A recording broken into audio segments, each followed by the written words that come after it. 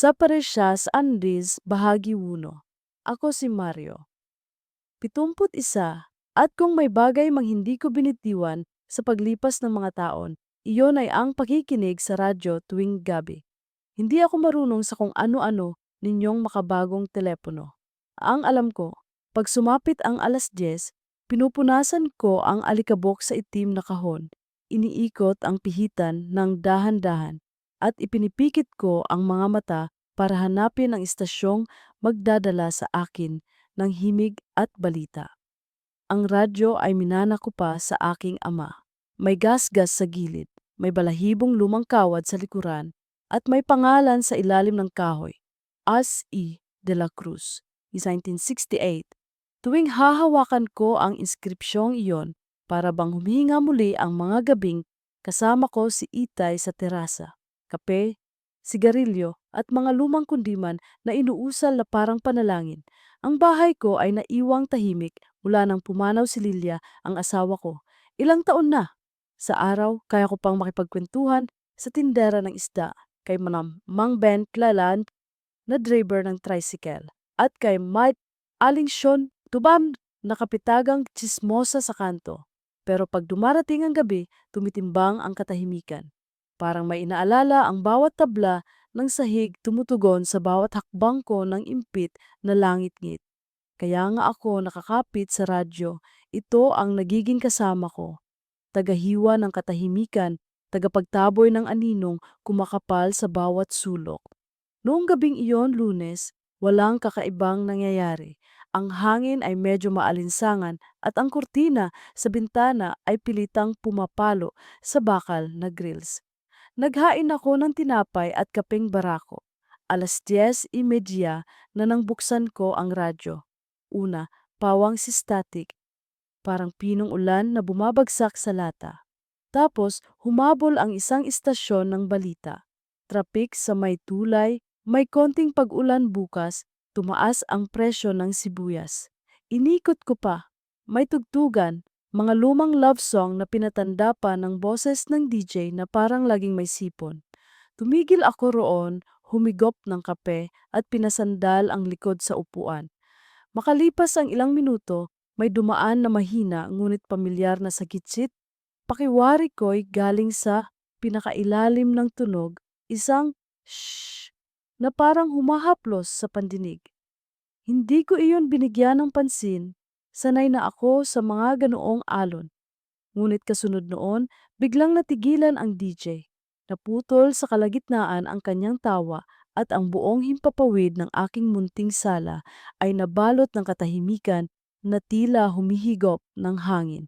Sumunod ang mapurol na tok-tok-tok mula sa loob ng kahon na para bang may kumakatok sa maliit na pintong walang humahawak. Hay nako, huwag ka namang masira, sabi ko sa radyo, bahagyang natatawa sa sarili. Huwag ngayon, may balita pa akong hinihintay bukas. At saka iyon nangyari. Mula sa pinakailalim ng static, may boses.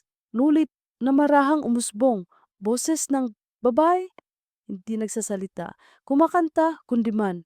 Malinis ang tono, parang tubig sa batya sa unang buhos, ngunit may lamig na bumabalikwas sa balat. Ang himig ay mabagal, sinlinaw ng bubog, at ang bawat salita ay parang sinuklay sa pagitan ng ngipin. Kung ibigin mo, sa didibig mo, sinta, ako'y ay iyong sa dida na tanungin, sa bidan hating gabi, ba ay may liwanag pa ring darating na napahinto ang kamay ko sa tasa. May kung anong kilalang pangungusap sa himig, ngunit hindi ko masapol kung saan ko iyon narinig. Isang kundiman na parang pinagtagni-tagning alaala ng nanay ko sa mga tanghali ng paghahabi.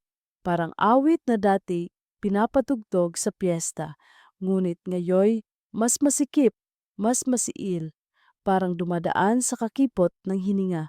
Inikot ko ang pihitan. Wala. Hindi gumagalaw ang istasyon. Nakatutok sa kung anumang frequency iyon, matatag, tila ayaw magpaistorbo. Sinubukan kong hinaan ang volume, mas lalong lumapit sa tenga ko ang boses, parang hindi sa speaker nagmumula, kundi sa mismong loob ng aking bumbunan. Piliting nang ngumiti.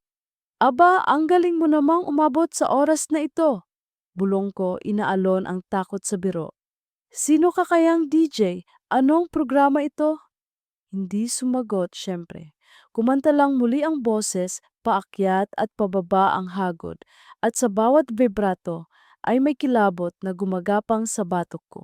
Ilang sandali pa, may pumupuslit na ibang tunog sa ilalim ng awit, mahihinang kaluskos, parang laylayan ng saya na dumadaplis sa kahoy na sahig. Nagtagal ang kanta ng mahigit 5 minuto.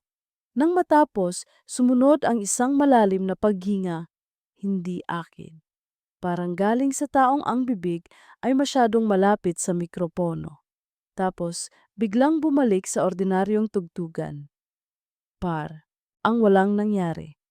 Ano ba yan? Nanginginig na natawa ako saka pinatay ang radyo at tumayo para maghugas ng tasa. Habang binabanlawan ko ang baso, nakatayo ang balahibo sa braso ko. May kurot sa dibdib kong hindi ko maipaliwanag, hindi takot lang. May halong pagkilala. Kinabukasan, Martes, tanghali, nagkwentuhan kami ni Aling Sean sa tapat ng tindahan. May bitbit siyang supot ng tuyo. Ako na may bumili ng kamatis. Mario, Ania, narinig mo ba kagabi? May brown out sa kabila ng barangay. Wala sa akin, sagot ko. Pero may narinig akong kundiman sa radyo. 11:00 na yon, natawa ako. Mayroon pa palang istasyong tumutugtog ng ganon sa ganyang oras. Pinagmasdan niya ako, kumunot ang noo. Kundi man, 11:00. Ay, wala nang programang ganyan. Yang oras na yan, talk show o kaya love advice, minsan puro tugtog na bago-bago. Ano namang stasyon ang naabot ng kahon mo? Matanda na yung radyo, baka malik-balik na ang kuha. Sagot ko, pero napatingin ako sa lupa. May lamig na naman sa batok ko. Hindi dahil sa hangin, kundi dahil sa sariwang alaala ng boses na hindi pantay ang init at ganda. Hapon, bumisita si Mang Ben para manghiram ng maliit na tornilyo. Maselan niyang mga lumang radyo. Sabi niya, tinitigan ang kahon sa ibabaw ng aparador. Pero kung gumagana pa, huwag mong gagalawin. Mahirap nang makahanap ng pyesa. Oo, sagot ko. Saka gumanda pa nga ang tono kagabi. Natawa siya, umiling at nagpaalam. Maghahating gabi na nang muli kong buksan ang radyo. Naisip ko, baka nanaginip lang ako kagabi. Baka ang kundiman ay alaala lang ng nakaraan kong pinilit sumingit sa kasalukuyan. Sa umpisa, maayos ang lahat. Balita, palabas na panggabi, biro ng DJ. Pinapihit ko mula 88 hanggang 108. Pabalik-balik para siguradong walang tumutugma na kakaiba. Eksaktong 11 to 17, tumigil ang lahat. Hindi tugtog, hindi anunsyo, hindi tinig ng DJ, wala. Isang mahabang hinga ng himpapawid na parang sinipsip ang kuryente sa pagitan ng alon. Tapos, gaya ng kagabi, tok, tok, hatok sa kailaliman ng kahon. 3 katok, pantay ang pagitan.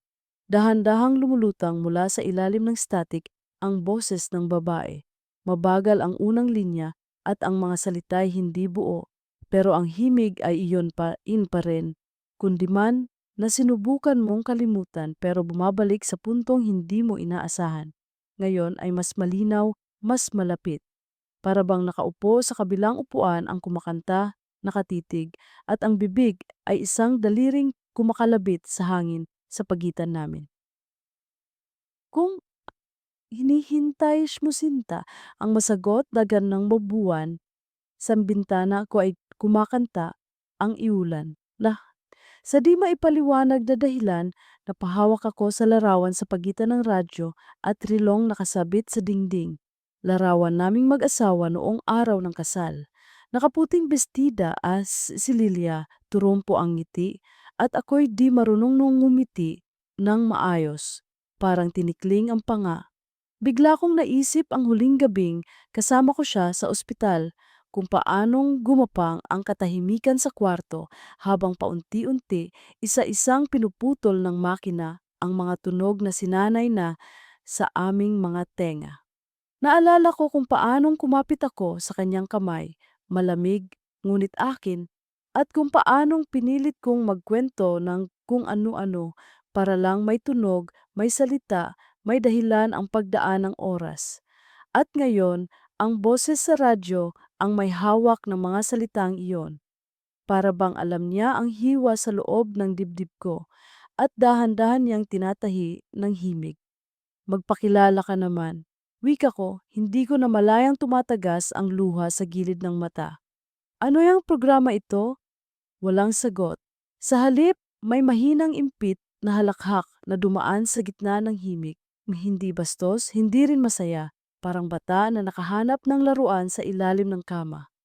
Nang matapos ang kanta, may bulong na halos hindi ko maunawaan. Mario. Pigil na hangin. Mario. Sariwa at luma sa iisang tunog. Namilog ang mga mata ko. Sino ka? Napalakas ang boses ko. Paano mo alam ang pangalan ko? Sa unang sandali, wala akong narinig. Sumunod ay mabining static lamang. Mabilis kong pinatay ang radyo sa kamuling binuksan. Balik sa ordinaryong istasyon, mga ad, mga biro, isang tugtog na hindi ko kilala. Ang relo ko'y ilisan 28. Parang kakaunting minuto lamang pero parang leeg ng oras ang hinawakan at pinisil. Kinabukasan, sinubukan kong kulitin si Aling Sion. Sabi mo walang istasyon ng kundiman sa ganoong oras. Sigurado ka ba? Mario, parang kahapon lan. Sinabi ko na, yan, sagot niya, sabay tawa. Kung gusto mo, tanungin mo pa yung pamangkin kung si Nico. DJ sa maliit na internet radio, pero broadcast sa himpapawid. Wala na, lumanay yan. Hindi ako mapakali. Hapon dumaan si Nico. Bit-bit ang maliit na portable tuner at Spectrum app sa telepono. Tito Mario, sabi niya, kung may istasyong nagbo-broadcast sa band na yan mahuhuli ko. Nakiupo siya sa sala, inilatag ang telepono at inilapit ang maliit na antena sa kahon ng radyo. Sige, buksan niyo paggabi. Titiyakin natin. Nang gabing iyon, sabay naming hinintay ang 11:00. Nag-uusap kami tungkol sa lumang kanta sa himig na mahirap nang mapakinggan sa TV sa pag-unlad ng kung ano-ano. Si Nico, nagkukumpas ng kamay habang ipinaliliwanag ang bawang frequency drifts at mga lumat bagong bandang hindi na pinakikinggan. Tila ba ang teknolohiya ay marunong sumagot sa lahat. Hanggang 11:17, tumigil ang tugtog. Sumikip ang liwanag ng bumbilya, sinikik, tok, tok, tok. Mula sa radyo, umahon ang boses, malamig, maganda, hindi pangkaraniwan, kundi man. Maingat ang hakbang ng himig, parang naglalakad sa malapot na gabi. Si Nico, napatingin sa telepono niya, sinipat ang app.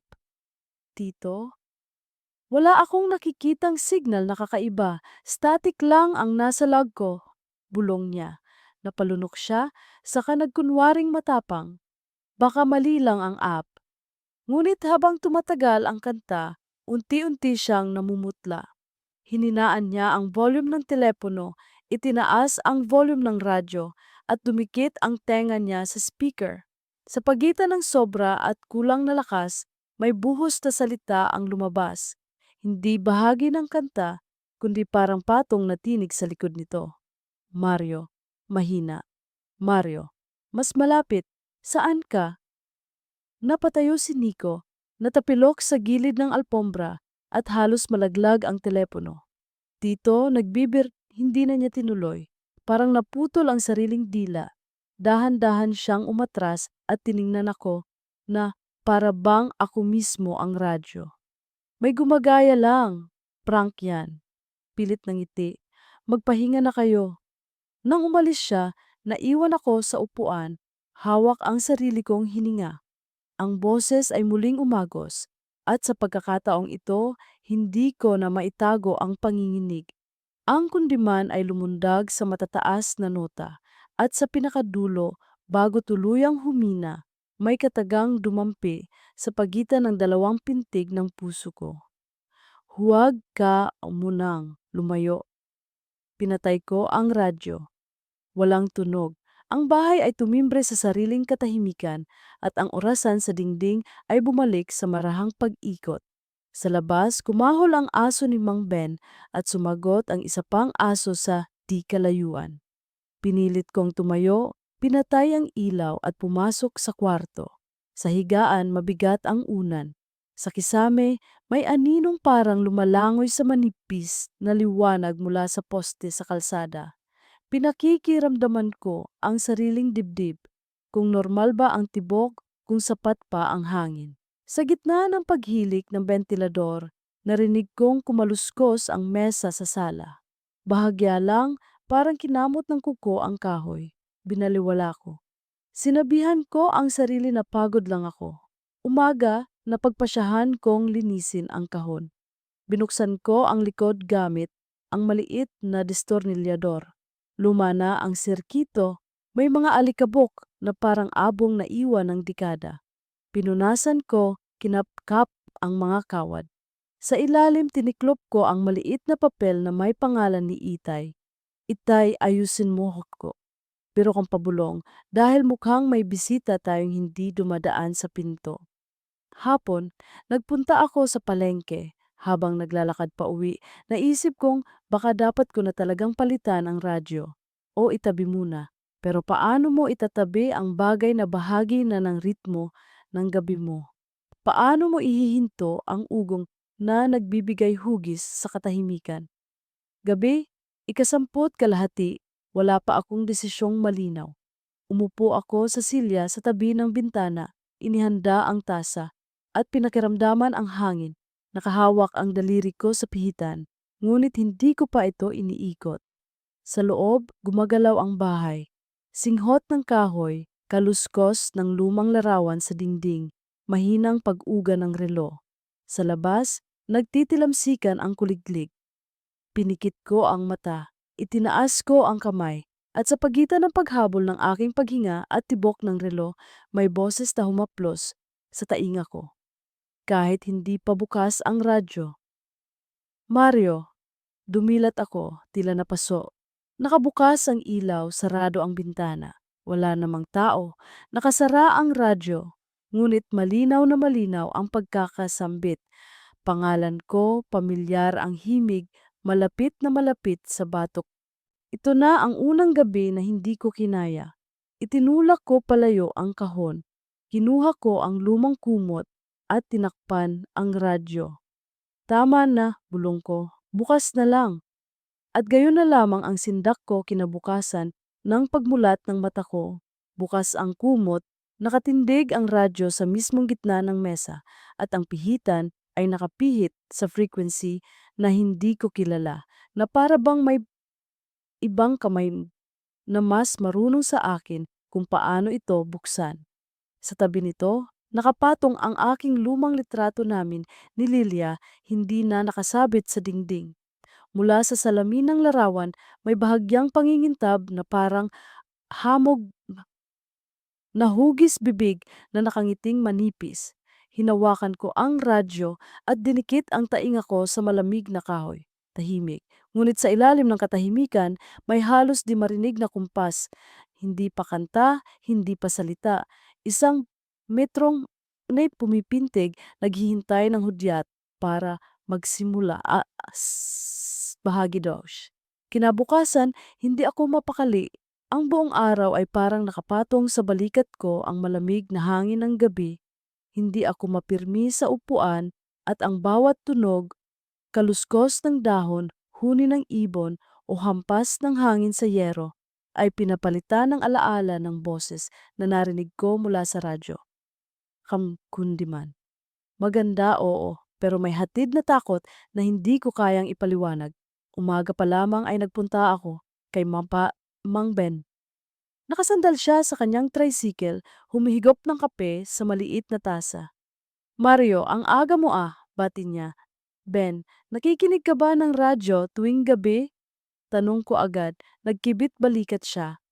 Minsan, pero hindi palagi. Bakit? May naririnig ka bang istasyong tumutugtog ng mga kundiman bandang alas 11? Napakunot ang noo niya. Wala. Puro love songs o kaya balita lang ang nahuhuli ko. Wala nang kundiman ngayon, lalo na sa 10 oras ng gabi. Naramdaman ko ang malamig na pawis sa batok ko. Napatawa na lang ako ng pilit. Baka, baka may nasagap lang na signal mula sa malayong probinsya. Baka nga, sagot niya, pero bakas sa kanyang mukha na hindi siya kumbinsido. Pag-uwi ko sa bahay, pilit kong inilibang ang sarili. Nagbunot ako ng damo sa bakuran, naglinis ng kusina, at pinakialaman pa ang mga lumang gamit ni Lilia sa baul. Subalit sa bawat sandali, bumabalik ang tunog ng tinig na iyon sa isipan ko. Kung ibig mo, sinta, napud, nakakaadik, nakakatakot. Pagsapit ng gabi, hindi ko alam kung dapat ko bang buksan ang radyo o hindi. Nakatitig lang ako sa kahon habang nakapatay ang ilaw sa sala. Ang anino ng radyo ay parang mas malaki kaysa sa dati, tila ba may hugis na hindi ko maintindihan. 11 na, pinakiramdaman ko ang paligid, ang tibok ng puso ko, ang pag-ikot ng maliit na bentilador, ang langit-ngit ng kahoy sa ilalim ng paa ko. Dahan-dahan kong iniikot ang pihitan. Una, static lang. Sunod, tunog ng balita. At saka, katahimikan. Muli kong narinig ang tok, tok, tok mula sa loob ng kahon. 3 beses pantay ang agwat. At pagkatapos, dumating na naman ang boses ng babae. Hindi na ito basta kanta. Oh, Mario, mahinang bulong halos dumampi sa tenga ko. Naririnig mo ba ako? Napasinghap ako. Kinilabutan ako sa buo kong katawan. Sino ka? Halos pasigaw kong tanong. Walang sumagot agad, saglit na static, tapos muling dumaloy ang boses, ngayon ay kumakanta. Kung hinihintay mo, Sinta, ang sagot ng buwan. Ako'y narito, Mario, sa dilim ng iyong tahanan. Hindi ko na napigilan ang sarili kong tumayo. Pinatay ko ang radyo, halos mabunot ang kawad sa lakas ng paghatak ko. Ngunit ilang segundo lang matapos kong tanggalin ang saksakan, muling umilaw ang maliit na bombilya sa panel ng radyo. At nagpatuloy ang kanta, para akong nakatali sa sahig. Tumatayo ang balahibo ko sa batok. Ang tinig ay hindi na galing sa speaker, parang bumubulong mula sa likuran ng upuan ko. Huminto ako sa paghinga. Dahan-dahan akong lumingon. Wala naman akong nakita. Mga dingding lang, lumang kurtina at mesa. Pero ramdam ko may malamig na presensyang nakatayo sa likuran ko. Muling bumalik ang tinig, ngayong mas malinaw. Huwag kang matakot, Mario. Matagal na kitang hinihintay. Napasigaw ako. Lumayas ka! At itinapon ko ang radyo sa sahig. Oh, umalingaw-ngaw ang pagkabasag ng ilang piraso sa gilid. Tigil ang tinig. Static lang ang natira. Hingal na hingal akong napaupo, hawak ang dibdib ko na tila ba bibigay anumang oras. Pinulot ko ang radyo at itinapon sa loob ng aparador, tinakpan ng mga kumot. Tapos na, bulong ko sa sarili ko. Hindi na ito mauulit. Ngunit kinabukasan pagising ko, natigilan ako sa aking nakita. Nasa gitna ng mesa ang radyo, malinis, walang basag, at nakabukas, dahan-dahang umiikot ang ilaw na parang humihinga. Ang pinakanakakatindig balahibo, nakahiga sa tabi ng radyo ang isang pirasong papel. Doon nakasulat sa sulat, kamay na hindi ko kilala, magkita tayo mamayang gabi, Mario. Nanigas ang mga daliri ko habang hawak ang papel. At sa katahimikan ng umaga, tila ba may narinig akong mahinang tawa ng babae mula sa mismong loob ng kahon. Mahina, ngunit malinaw at nakalaan lamang para sa akin. Bahagi. Try. Buong maghapon, hindi ko alam kung saan ko ilalagay ang sarili ko. Pinilit kong huwag isipin ang radyo. Pinilit kong itapon sa isipan ang nakakatakot na sulat na natagpuan ko sa mesa. Pero paano? Sa bawat galaw ko, nakikita ko ang anino ng kahong iyon, ang pamilyar na hugis nito, at ang ilaw na tila humihinga kahit hindi nakasaksak. Sinubukan kong ilibing ang sarili sa gawain. Naglinis ako ng bakuran, nagwalis ng mga tuyong dahon, nagdilig ng halaman. Ngunit Kahit ang tunog ng tubig na tumatama sa lupa ay nagiging paalala ng ritmo ng kundiman. Kapag naglalaba ako, ang hampas ng damit sa planggana ay parang taktakan ng tinig ng babae. Kapag humahampas ang hangin sa mga dahon, naririnig ko ang huni ng awit na ayaw lumisan sa tenga ko. Hapon, nagpasya akong lumabas. Umupo ako sa tindahan ni Aling Sean, nakipagkwentuhan. Mario, mukhang matamlay ka na naman, puna niya. Napangiti ako ng pilit. Hindi ako nakatulog kagabi. May iniisip lang. Ngumisi siya at gaya ng dati, nagbiro. May iniisip o may iniisip kang kasama? Kung alam mo lang, mahina kong sagot. Pagsapit ng gabi, kinabahan ako. 8:00 pa lamang, pero ang bigat ng dibdib ko ay parang may mabigat na batong nakadagan. Nakatitig ako sa mesa kung saan nakapatong ang radyo. Kanina ko pa gustong ilabas at itapon sa ilog. Pero may kung anong pumipigil, hindi lang takot, kundi kakaibang pagnanais na muling marinig ang boses na iyon. Parang may hatak, parang may pangako na kailangang tuparin. Pinatay ko ang lahat ng ilaw sa sala, maliban sa maliit na lamparang baterya. Nasa tabi ko ang rosaryo ni Lilia, hawak-hawak ko, pero parang hindi sapat ang init ng mga butil nito. Dahan-dahan kong iniikot ang pihitan ng radyo. Una, static. Sunod, ordinaryong programa. Ngunit eksaktong 11 to 17, gaya ng nakaraang mga gabi, biglang tumigil ang lahat. Sa tok, tok, tok. Napalunok ako at pagkatapos ang tinig. Maaari mahaba, malamlam, parang galing sa ilalim ng tubig. Narito ako, nanginginig ang kamay ko. Sino ka ba talaga? Sigaw ko, halos wala sa sarili. Sa una, walang tugon, isang katahimikan na parang malagkit, sumisingaw mula sa loob ng kahon. At sa kaunti-unti, isang kundiman ang umalingaw-ngaw. Kung hindi mo man ako makita, ako'y naririto pa rin, Sinta. Sa bawat pintig ng iyong radyo, ako'y kasama, hindi nalalayo. Natigilan ako, ang boses ay hindi na lang basta kanta. May kasamang paghinga, mahahabang hinga na parabang nakadikit sa batok ko. At bago matapos ang awit, may dagdag na bulong, mahina pero malinaw. Lumapit ka sa akin, Mario. Kinilabutan ako, parang may malamig na hangin na humaplos sa batok ko. Hindi ko na malayang napahawak ako sa leeg ko. At sa paghawak ko, pakiramdam ko'y may mga daliring hindi akin na sandaling dumampi bago nawala. Napaatras ako mula sa mesa, pero nanatiling bukas ang radyo. At habang lumalayo ako, lalo itong lumalakas kahit hindi ko iniikot ang volume. Mario, paulit-ulit. Mario, Mario, nanginginig ang tuhod ko. Ano ba ang kailangan mo sa akin? Isang mahabang paghinto at saka sa pinakailalim ng static may sagot. Huwag mo akong iwan. Kinabukasan, nagpunta ako kay Nico.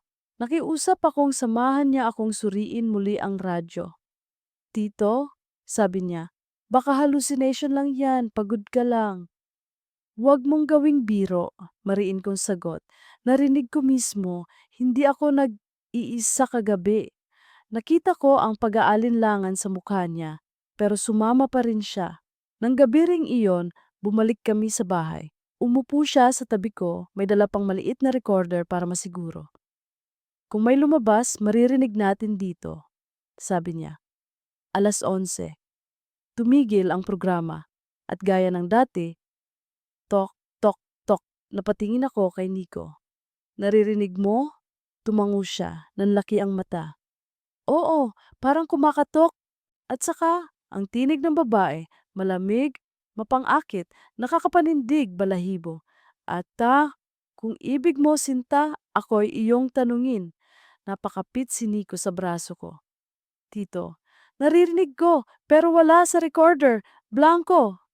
Lalong lumakas ang boses, at sa pagitan ng bawat linya, may mahinang bulong. Naghihintay ako sa iyo, Mario. Nabitiwan ni Nico ang recorder. Bumagsak ito sa sahig, ngunit wala siyang lakas para damputin. Nakatitig lang siya sa radyo, putlang-putla. Tito, hindi ito normal. Hindi istasyon to. Hindi dapat lumalabas to. Napalunok ako. Anong gagawin natin? Nag-angat siya ng paningin sa akin, nanginginig. Itapon na natin. Ngayon din.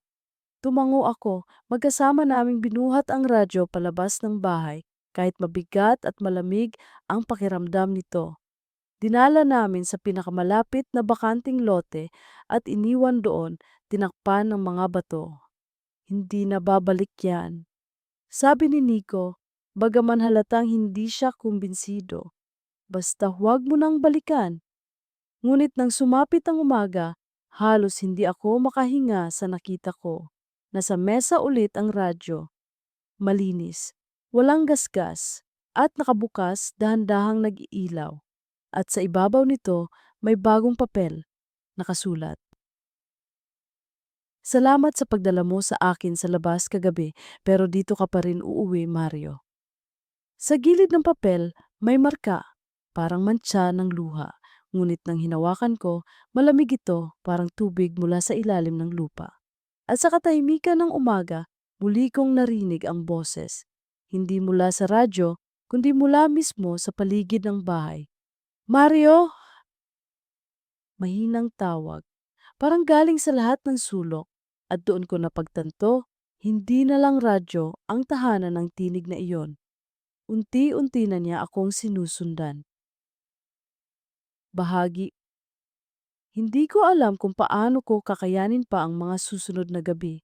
Sa tuwing tatapusin ko ang isang araw, ang takot ko ay hindi tungkol sa pagod ng katawan o sa sakit ng aking mga buto, kundi sa oras na aabutin ko na naman ang 11:00. Pakiramdam ko, bawat minuto ay paglapit sa isang bangin at sa bawat paglapit, mas lalo akong natatali sa boses na hindi ko mawari kung multo ba, alaala o kabaliwan lamang. Pagkagising ko noong Miyerkules, agad kong hinanap ang radyo. Nandun pa rin ito sa mesa, malinis at tila hindi man lang nawala. Wari bang nilinis pa ng kung sinong kamay na hindi nakikita. Nakatitig ako sa kahon at pakiramdam ko'y binabalikan ako ng sariling anino. Lilia. Mahina kong sambit, nakatingala sa larawan ng asawa ko sa dingding. Kung nandyan ka man, tulungan mo naman akong intindihin kung ano ang nangyayari. Parang sinagot ako ng katahimikan o marahil ng ibang tinig na hindi ko inaasahan. Mula sa aparador, dumampi ang mahina at makalawang na boses. Static, halos parang himig ng radyo. Mario! Napatayo ako, napatingin agad sa kahon. Sarado naman iyon, hindi bukas, ngunit malinaw, may bumubulong ng pangalan ko sa mismong loob ng dingding. Upang hindi tuluyang mabaliw, nagdesisyon akong bumisita sa simbahan. Pagdating ko ron, nadatnan ko si Papata, Padre Ernesto. Ang paring kilala sa baryo bilang tahimik ngunit mabusisi sa bawat detalye ng kwento. Habang nililinis niya ang mga bangko, nilapitan ko siya. Padre, panimula ko, nanginginig ang boses. May tanong ako, paano kung ang isang bagay, isang lumang gamit, ay tila may sariling buhay? Paano kung may tinig kang naririnig mula rito? Itinigil niya ang kanyang ginagawa at tinitigan ako. Ano ang ibig mong sabihin, Mario? Radyo, sagot ko agad. Radyo na minana ko pa sa aking ama. Tuwing gabi, may naririnig akong boses ng isang babae. Kundi man ang kanta, pero minsan, tinatawag niya na ang pangalan ko. Hindi nagsalita agad si Padre Ernesto. Sa halip, tiningnan niya ang mga mata ko para bang sinusukat kung nagsasabi ba ako ng totoo o kung ako'y isang matanda na lamang na hinuhulog ng kalungkutan sa sariling ilusyon. Mario, mahinahon niyang sagot, hindi lahat ng tinig ay galing sa Diyos at hindi lahat ng alaala ay dapat pang alagaan. May mga bagay na kapag kumakapit sa atin, hindi na iyon para sa ating kabutihan. Ingatan mo ang sarili mo. Kung kinakailangan, ipabless mo ang gamit na iyan. Tumango ako, bagaman hindi ako sigurado kung sapat na ang pagbendisyon upang palayasin ang isang tinig na masyadong malinaw, masyadong personal. Gabi. Nakaupo akong muli sa mesa. Nakaayos ang rosaryo sa tabi ko, may kandilang nakasindi, at hawak ko ang maliit na bote ng bana, al na tubig na ibinigay ni Padre Ernesto. Alas 11, tila hinila ng dilim ang lahat ng tunog sa paligid. Nawala ang huni ng kuliglig, nawala ang lagitik ng kahoy, at tanging ang radyo lamang ang huminga. Tok, tok, tok. Sumikdo ang puso ko. Ibinuhos ko agad ang kaunting banal na tubig sa ibabaw ng kahon. Tumilamsik ito at kumalat sa gilid ng mesa, ngunit imbes na tumigil, lalo pang lumakas ang boses. Kung iniwan ka ng lahat, ako'y naririto. Sinta, huwag kang matakot. Ako'y para lamang sa'yo. Hindi ko na napigilan ang sarili. Ano ba talaga ang kailangan mo sa akin? Sigaw ko, huminto ang kanta, sumunod ang katahimikan na parang butas na humigop ng lahat ng tunog. At pagkatapos isang bulong, malamig at tiyak, kasama ka na sa akin, Mario, hindi kita iiwan. Naramdaman ko ang malamig na hangin sa batok ko, para bang may humihinga sa mismong likod ko. Mabigat, mabagal at malinaw, dahan-dahan akong lumingon, wala akong nakita. Pero sa salamin ng bintana, may aninong nakatayo sa likod ko. Isang babae nakaputi, mahaba ang buhok at nakayuko. Napaatras ako, halos matumba sa upuan. Hindi ka totoo. Hindi ka totoo. Ngunit nang bumalik ang tingin ko sa mesa, naroon pa rin ang radyo. Bukas. At sa ibabaw nito, hindi na papel ang nakapatong. Isang bulaklak na puti, sariwa, basang-basa pa ng hamog. Kinabukasan, hindi ko alam kung paano ko maipapaliwanag iyon. Saan galing ang bulaklak? Sino ang naglagay? Ang bahay ko ay nakasara buong gabi. Pinilit kong kalimutan, pero sa bawat sulok ng bahay, ramdam ko ang kanyang presensya. Kapag ako'y nagsasalamin, parang may nakatayo sa likod ko. Kapag ako'y lumalakad, parang may mga yapak na sumusunod. Kapag ako'y natutulog, pakiramdam ko'y may malamig na palad na nakadampi sa aking kamay. At nang sumapit muli ang gabi, hindi ko na napigilang harapin siya. Umupo ako sa mesa, binuksan ang radyo at nagsalita. Kung nandyan ka, magpakita ka na, wag mo na akong pahirapan. Tahimik, static lang. Ngunit unti-unti, may boses na lumabas, hindi na kanta, kundi bulong. Magkita tayo, Mario, sa likod ng iyong bahay, sa ilalim ng buwan. Nanlamig ako.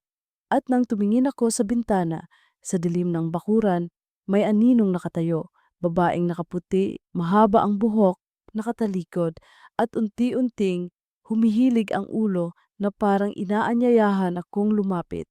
Ang tinig mula sa radyo at ang anino sa labas ay iisa. At doon ko napagtanto, hindi na siya nakatali sa kahon, nasa akin na siya, nasa paligid na siya. Hindi ko na alam kung may bukas pa akong aabutan na hindi ko siya kapiling. Bahagi sa lasat. Maghapon akong parang bangkay na naglalakad. Kung makikita mo ako sa kanto, iisipin mong ordinaryo lang na matandang pagod, nakayuko, mabigat ang hakbang, walang ganang nangumiti. Pero sa loob ko, nag-aalab ang kaba, parang may nag-aapoy na apoy na hindi makalabas sa dibdib. Buong araw, iniwasan kong tingnan ang radyo. Nakalagay lang ito sa mesa, nakabalot sa kumot, na tila walang nangyari kagabi. Ngunit bawat sulok ng bahay may alaala ng presensya niya. Sa banyo, habang nagmumumog ako, may manipis na tinig na humuhuni mula sa mismong tubo ng gripo. Sa kusina, kapag binubuksan ko ang kalan, parang may mga yapak na naglalakad sa sahig. Sa kwarto, kahit nakapikit ako, ramdam kong may nakayakap sa akin. Malamig, mahaba ang hininga at hindi ko kayang igalaw ang kamay ko. Kaya pagdating ng hapon, napagdesisyunan kong pumunta sa palengke.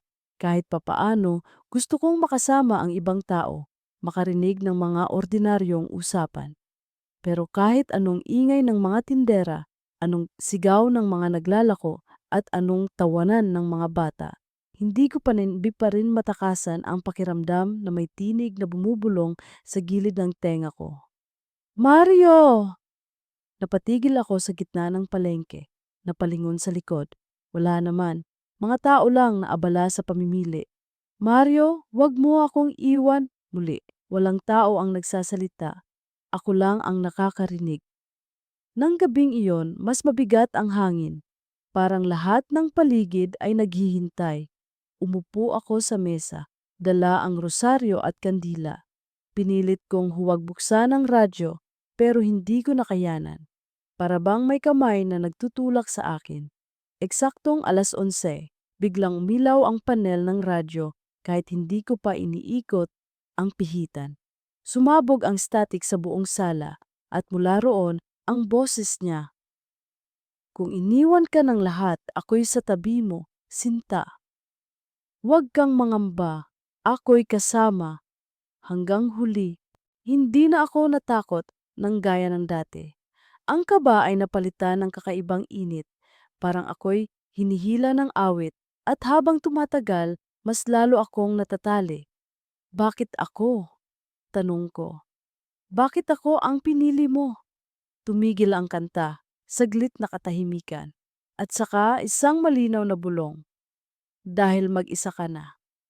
Napalunok ako, totoo. Mag-isa na nga ako mula nang pumanaw si Lilia. Walang anak, walang kasama sa bahay. Ang tanging karamay ko ay ang radyo at ang katahimikan ng gabi. Pero, sino ka? Halos pabulong kong tanong.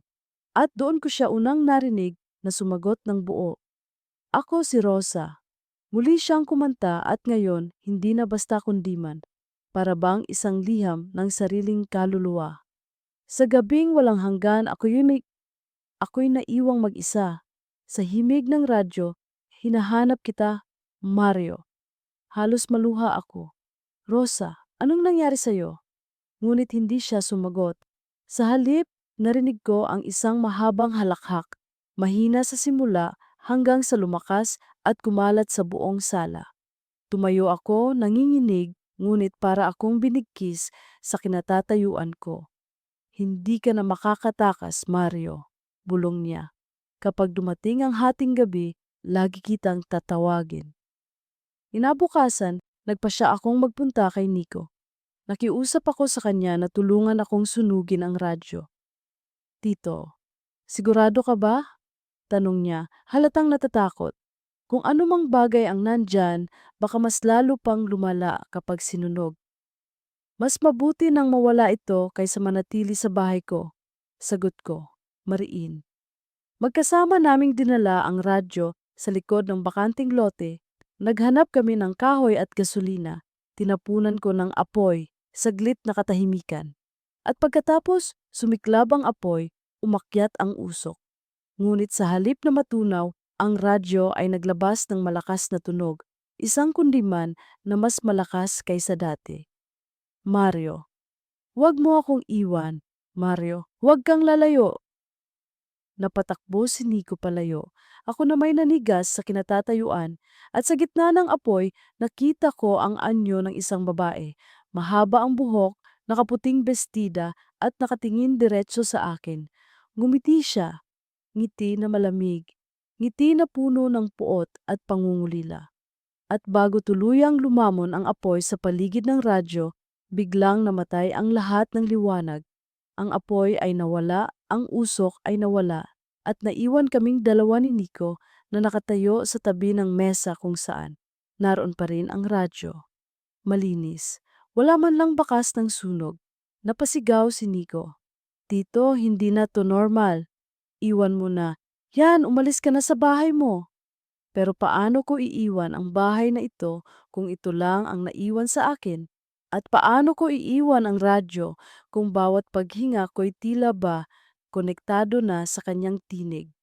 Gabi. Pagbalik namin sa bahay, hindi na sumama si Nico. Ako lang mag-isa. At doon ko napagtanto, kahit anong gawin ko, hindi ko na siya kayang takasan. Umupo ako sa mesa nakatitig sa radyo. At nang dumating ang 11:00, hindi ko na hinintay. Ako na ang nagsalita muna. Rosa, kung nandyan ka, magpakita ka sa akin. Tahimik, static. At saka isang malambing na tinig, ako'y nasa likuran mo, Mario. Nanigas ako. Dahan-dahan akong lumingon. At sa salamin ng bintana, nakita ko siya, isang babae, nakaputing bestida, nakatayo sa likod ko. At sa unang pagkakataon, hindi siya naglaho agad. Nakangiti siya, ngunit sa likod ng nangiti, may mata na puno ng galit at lungkot. At doon ko naintindihan, hindi lang siya kanta sa radyo. Isa siyang kaluluwang nakakulong, naghahanap ng kasama. At ang pinili niya, ako. Sa Kadis, bahagi 6. Mula nang una ko siyang makita sa refleksyon ng bintana, hindi na ako muling nagkaroon ng payapang gabi. Ang dating takot na dulot ng kanyang boses ay napalitan ng isang mas matinding pangamba. Dahil ngayon, alam kong nandito na talaga siya. Hindi na lamang siya boses mula sa radyo. Hindi na lamang siya awit na nagmumula sa mga alon ng hangin. Siya ay presensya na nasa loob ng aking bahay, kasama ko sa bawat paghinga at nakamasid sa bawat galaw ko. Kinabukasan, halos wala akong maalala sa ginawa ko. Parang nakalutang ako, walang gana, walang direksyon. Dumaan si Aling Siyon at binigyan ako ng bagong lutong suman. Mario, hindi ka na nagmumukhang ikaw. Baka naman kailangan mong magpatingin sa doktor. Sabi niya habang pinapahid ang pawis sa leeg ko. Ngumiti lang ako ng pilit at tumango. Paano ko ba sasabihin na ang aking iniinda ay hindi sakit ng katawan, kundi isang tinig ng isang babaeng matagal ng pata. Ngunit ayaw akong pakawalan. Gabi. 10:00 pa lang, nakaupo na ako sa harap ng radyo. Hindi ko ito binuksan, ngunit daron pa rin ang tensyon, para bang hinihintay ko ang isang palabas na alam kong hindi ko matatakasan. Eksaktong 11:17, marahan akong napaikot ang pihitan. Kahit hindi ko nais, parang ang mga daliri ko'y ginagabayan ng ibang kamay. Una, static, sumunod katahimikan. At saka ang pamilyar na hati tok tok tok. Napalunok ako. Rosa. Bulong ko, hindi ko na malayang binanggit ang pangalan niya. Mula sa radyo, umagos ang boses na puno ng lambing at lamig. Naririnig mo ako, Mario. Lagi mo na akong naririnig. Bakit ako? Tanong ko muli. Kagaya ng ilang beses ko nang itinatanong. Saglit na katahimikan at saka ang sagot, dahil pareho tayong nag-iisa. At bago pa ako makasagot, biglang bumigat ang hangin sa paligid. Ang lamparang de baterya ay kumurap. At mula sa likuran ko, ramdam ko ang malamig na hininga na tila dumampi mismo sa batok ko. Hindi ko na kailangang tumingin sa salamin. Alam kong naroon siya. Ilang araw na ganoon ang aking karanasan. Hindi na siya umaalis. Sa umaga, naroon pa rin siya. Minsan, sa mga kurtina, nakikita ko ang aninong humhaplos sa tela. Minsan, sa kusina, naririnig ko ang mahihinang hakbang kahit ako lang ang nasa loob ng bahay. At sa gabi, lagi siyang bumabalik sa radyo. Inaawitan ako ng kundiman na lalong dumudugo ang bawat titik. Kung iniwan ka ng lahat, ako'y sa tabi mo sinta. Huwag ka nang mangamba, hindi kita iiwan pa. Habang tumatagal, napapansin kong hindi na ako natatakot kagaya ng dati. Sa halip, para bang natatali ako. Kapag tumitigil ang boses niya, hinahanap-hanap ko ito. Kapag hindi siya nagpakita sa isang gabi, nagiging balisa ako parang may kulang. At doon ko napagtanto, unti-unti na niya akong inaangkin. Isang gabi, nagpasya akong harapin siya. Pinatay ko ang lahat ng ilaw at umupo sa harap ng mesa. Tanging radyo lamang ang kasama. Rosa, wika ko, kung totoo kang naririto, magpakita ka ng malinaw. Huwag mo na akong paasahin sa mga bulong at anino. Tahimik, ilang segundo, at saka ang radyo ay nagbukas ng kusa. Ang panel ay umilaw at ang boses niya ay dumaloy muli, ngayong mas malinaw kaysa dati. Kung iyan ang nais mo, Mario, ako'y darating. At sa kisap mata, ang kandila sa gilid ng mesa ay nagliyab ng mas maliwanag. At sa kislap nito, nakita ko siya, hindi na sa refleksyon lamang, hindi na sa gilid ng mata. Si Rosa.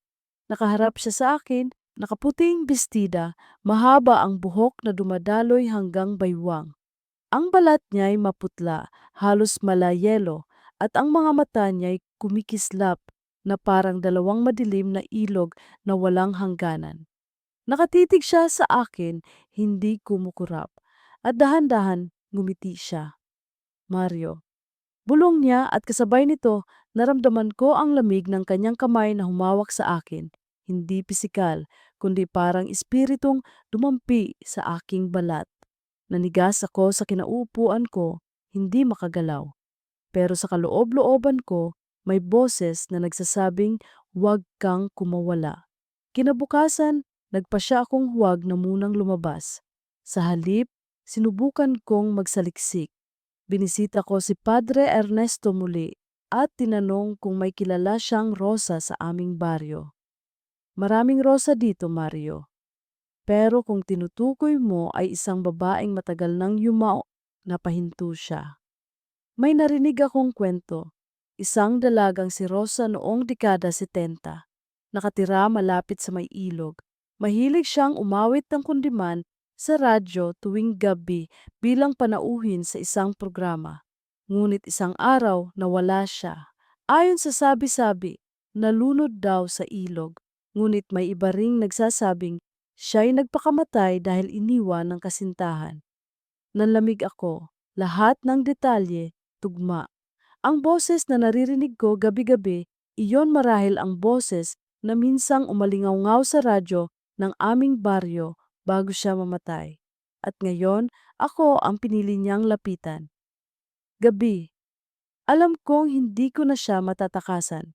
Umupo akong muli sa mesa at nang dumating ang oras, siya'y bumalik. Hindi na siya umaawit sa simula. Sa halip, tumitig siya sa akin mula sa loob ng radyo at dahan-dahang nagsalita. "Mario, samahan mo ako. Huwag mo akong iwan." "Paano?" tanong ko. "Anong ibig mong sabihin?" Ngumiti siya, ngunit ang nangiting iyon ay malamig, puno ng lungkot at paghihiganti. "Kapag dumating ang hating gabi, darating ako at kukunin kita. Doon sa kinalalagyan ko, hindi ka nan mag-iisa." Nang marinig ko iyon, biglang bumigat ang dibdib ko. Alam kong hindi iyon paanyaya lamang, iyon ay banta. Ngunit sa halip na lumayo, naramdaman kong mas lalo akong hinahatak. Ang takot at pangungulila ay naghalo. At sa kaibuturan ng puso ko, alam kong unti-unti na akong sumusuko. At habang umaawit siya ng kundiman na ngayoy tila isang panata, naramdaman ko ang unti-unting paglamig ng aking paligid. Para bang ang buong bahay ay nagiging puntod. Hindi ko alam kung may bukas pa akong aabutin. Bahagi 7. Mula ng gabing iyon na binalaan niya ako, naging kakaiba na ang pag-ikot ng mga oras. Parang hindi na ako nasa parehong mundo ng ibang tao. Sa umaga, nakakasalubong ko pa rin si Aling Sean na nag-aalok ng bagong lutong kakanin. Naririnig ko pa rin ang hiyawan ng mga bata sa kalsada at nakikita ko pa rin ang araw na sumisilip sa mga bintana. Ngunit sa lahat ng iyon, ako lang ang nakadarama ng bigat ng anino sa likod ko. Kahit saan ako pumunta, parang may malamig na hangin na sumasabay, may humahabol na bulong sa mismong batok ko. Sa gabi naman, lalong sumisidhi ang presensya niya. Hindi na sapat ang oras na 11:17 para lumitaw siya.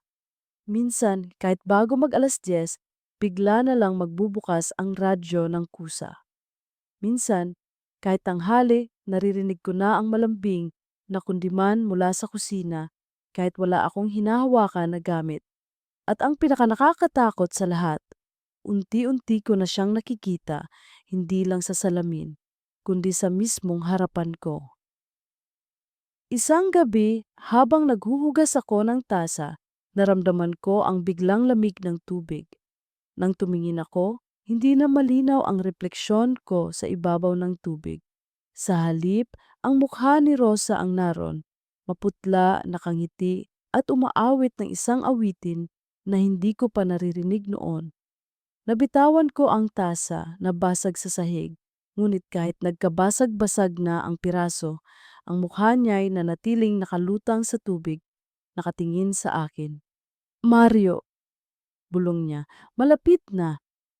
Hindi ko na kinaya. Kinabukasan, pinilit kong humanap ng paraan para lumayo. Bumisita ako sa malayong kamag-anak sa kabilang bayan. Doon ako nagpalipas ng isang gabi, umaasang matatakasan ko ang sumpa. Ngunit 11:00 ng gabi, habang nakahiga ako sa banig, narinig ko ang mahina, ngunit malinaw na tunog ng radyo. Static. Hmm, Tok, tok, tok. Napabangon ako. Walang radyo sa kwarto, pero ang boses ni Rosa ay unti-unting bumalot sa paligid. Kung saan ka man naroroon, ako'y susunod, Mario. Kahit saan, kahit kailan, hindi ka na makakatakas. At sa gilid ng kwarto, sa dilim, nakita ko siyang nakaupo. Hindi na siya refleksyon, hindi na siya anino. Naroon siya, nakaputing bestida, nakatungo, ngunit nakatingin pa rin sa akin sa ilalim ng kanyang mahabang buhok. Rosa. Mahina kong bulong, halos wala ng lakas.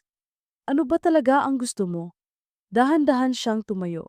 Lumapit ng isang hakbang at bawat hakbang ay tila umalingaw sa sahig. Pagkatapos, tumigil siya sa dulo ng banig at yumuko palapit sa akin. Huwag mo na akong tanungin, bulong niya, dahil malapit na ang oras at kapag dumating ang hating gabi, ikaw ay magiging akin. Napasigaw ako at agad tumakbo palabas ng bahay ng kamag-anak ko. Sa gitna ng dilim ng gabi, halos mabaliw ako sa takot habang naririnig ko pa rin ang kanyang tinig na sumusunod mula sa hangin. Mario, huwag kang tatakbo, hindi ka na makakalayo. Pagbalik ko sa sarili kong bahay, pakiramdam ko'y tuluyan na akong bumigay. Wala nang saysay ang lumayo. Kahit saan ako pumunta, sinusundan niya ako. Kinabukasan dumating si Nico. Namumula ang mga mata, halatang hindi nakatulog. Tito, sabi niya, naalala mo ba yung recorder ko? Sinubukan kong pakinggan ulit. Wala akong narinig nung una. Pero kagabi may narinig na akong kakaiba. Natahimik ako. Ano? Binuksan niya ang telepono niya at pinatugtog ang na-record. Una, static. Sunod, mahina. At pagkatapos, isang boses. Mario. Nanindig ang balahibo ko. Boses ni Rosa iyon. Tito! Bulong ni Nico, nanginginig. Huwag ka nang magpaiwan dito. Kung ano man yan, hindi na normal. Parang gusto kanyang dalhin sa kabilang buhay. Napatingin ako kay Nico at sa kauna-unahang pagkakataon nakaramdam ako ng awa para sa kanya. Bata pa siya, may mahabang buhay pang haharapin. At ako'y matanda na, pagod at nag-iisa. Baka ito na ang kapalaran ko, Nico. Sagot ko, mahina. Baka kaya ako ang pinili ni... dahil wala nang ibang hahabol sa akin kapag nawala ako. Pero tito, halos iyak ni Nico, hindi ganyan ang dapat. Labanan mo. Ngunit paano mo lalabanan ang isang bagay na hindi mo na kayang iwan? Gabi. 11:00. Hindi na ako nagsindi ng kandila o humawak ng rosaryo. Hindi na rin ako tumakbo. Sa halip, umupo ako sa mesa, nakatitig sa radyo. At eksaktong sa oras na iyon, dumating si Rosa. Hindi na siya dumaan sa radyo lamang. Bigla siyang tumayo mula sa dilim ng sulok ng sala, nakatayo sa harap ko, nakangiti. Mabuti naman at handa ka na, Mario. Aniya, kung ito na ang huli, sagot ko, nanginginig ngunit matatag, sabihin mo sa akin, bakit ako? Ano ang dahilan? Lumapit siya, inilapit ang kanyang mukha sa akin. Malamig, maputla, ngunit hindi mawawala ang ganda ng kanyang anyo. Dahil ako'y iniwan at ikaw rin ay iniwan. Sa mundong ito, tayo ay parehong nilimot. Kaya ngayon, tayo'y magsasama. wala nang iwanan. At bago pa ako makasagot, naramdaman ko ang kanyang mga kamay, hindi pisikal kundi espiritual, na dahan-dahang yumakap sa aking katawan. Parang hinihigop ang init ng aking kaluluwa. Ang huling narinig ko bago ako mawala ng ulirat ay ang awit niya, kundi man buo, malinaw at malapit na malapit sa aking tenga. Wabulo ko, huwag kang mangamba, Sinta, ako'y laging naririto. Sa dilim ng walang hanggan, ikaw ay hindi na mag-iisa. At sa pagkakanta niyang iyon, alam kong ang oras ay malapit ng matapos. At malapit na rin akong tuluyang mapasa kanya. Bahagi 8. Sa huling gabing iyon, ramdam ko na ang bawat tibok ng puso ko ay bumibilang na ng oras. Parang bawat pintig ay isang hakbang papunta sa isang pintuan na matagal nang nakasara at si Rosa lamang ang may hawak ng susi. Hindi ko na alam kung paano pa ako lalaban o kung may saysay pa bang lumaban. Sa totoo lang, hindi ko na rin sigurado kung gusto ko kung gusto ko pang lumaban. Ang katawan ko ay pagod na, ang isip ko ay laging magulo, puno ng mga tinig at alingawngaw. Ngunit higit sa lahat, ang puso ko ay matagal nang uhaw sa presensya. Kahit presensya man lang ng isang nilalang na hindi ko maintindihan. 10:30, umupo ako sa mesa katapat ang radyo. Nagsindi ako ng isa lamang kandila, hindi na ako nagdala ng rosaryo, hindi ko na rin tinakpan ang kahon. Pinagmasdan ko ito, ang kahoy nitong katawan na puno ng alikabok, ang mga guhit ng panahon na nag-ukit sa gilid, at ang pihitang ilang ulit ko nang inikot para hanapin ang awit ni Rosa. 11:00. Wala pa man, unti-unti nang lumamig ang paligid. Ang liwanag ng kandila ay kumukurap at ang hangin sa loob ng bahay ay parang huminto. Nawala ang huni ng kuliglig, ang sigaw ng mga palaka at maging ang lagitik ng kahoy sa bubungan. Tanging ang ingay ng aking sariling paghinga ang naririnig ko. At pagkatapos, dumating na siya. Hindi na static ang narinig ko. Hindi na tok tok tok sa kasana. Sa halip, isang malinaw at buo na tinig ang dumaloy mula sa kahon. Mario! Pagkasabi niyon, biglang bumukas ang pinto ng bahay.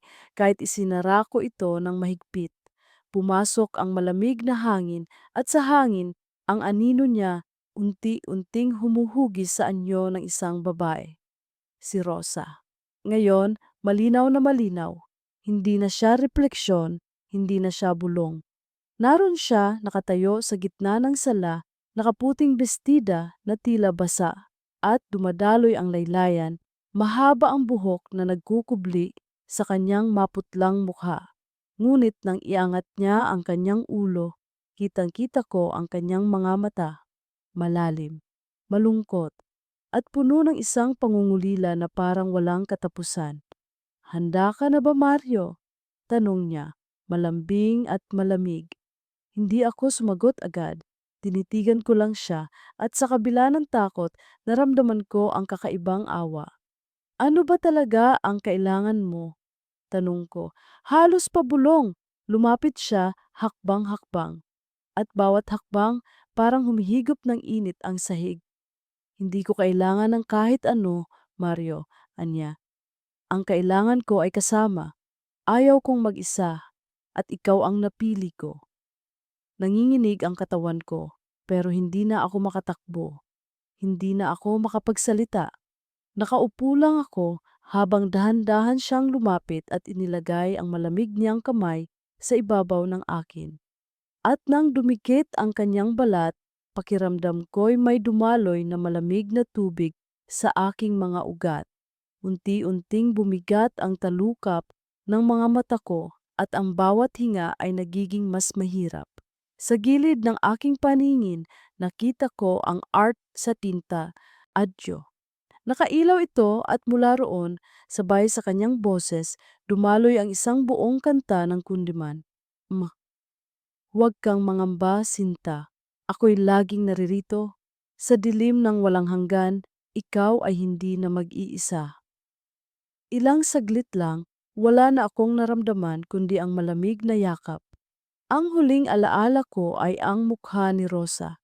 Ngumingiti, ngunit sa likod ng ngiting iyon ay may puot, may kirot, at may kasamang pagnanasa na huwag nang muling pakawalan. Pagmulat ko, hindi ko na alam kung saan ako naroroon. Madilim, tahimik. At sa harap ko, naroon ang isang lumang radyo, kumikislap ang ilaw at umaawit pa rin ng parehong kundiman. Sa paligid, walang ibang tunog kundi ang paulit-ulit na pagbigkas ng pangalan ko. Mario, Mario, Mario. At sa tabi ng radyo, nakaupo si Rosa. Nakangiti, at nang tingnan ko ang refleksyon sa makintab na panel ng kahon, hindi na ako nag-iisa. Naroon ako, nakaupo sa tabi niya, magkahawak ang aming kamay. Kinabukasan, dumating si Nico sa bahay. Kumakatok siya ngunit walang sumasagot. Pagpasok niya, natagpuan niyang nakatiwangwang ang mesa, nakapatay ang kandila at nakaupo sa gitna ang radyo. Bukas, umaawit ng kundiman. Ngunit walang Mario na sumasagot, walang matandang nakaupo. Tanging ang malamig na hangin at ang alingawngaw ng tinig ng babae ang naroon. At nang lumapit siya sa kahon, napansin niyang may bago sa panel ng radyo. Isang maliit na refleksyon na hindi niya maipaliwanag. Dalawang tao, magkatabi, magkahawak kamay, at parehong nakatingin sa kanya. Napalayo si Nico, nanginginig, at bago siya tumakbo palabas, narinig niya ang huling linya ng awit na iyon, malinaw, malamig, at nakakatindig balahibo. Sa dilim ng walang hanggan, ako at ikaw, Mario, ay iisa na. At mula noon, ang bahay ni Mario ay nanatiling tahimik. Wala nang matandang nakaupo sa mesa. Ngunit tuwing 11:00 ng gabi sa loob ng baryo, may maririnig na lumang radyo na umaawit ng kundiman. At ang sinumang makakarinig ay magsasabing may dalawang tinig na nagtatagpo sa awitin. Isang babae at isang lalaki, at pareho silang hindi na umuuwi.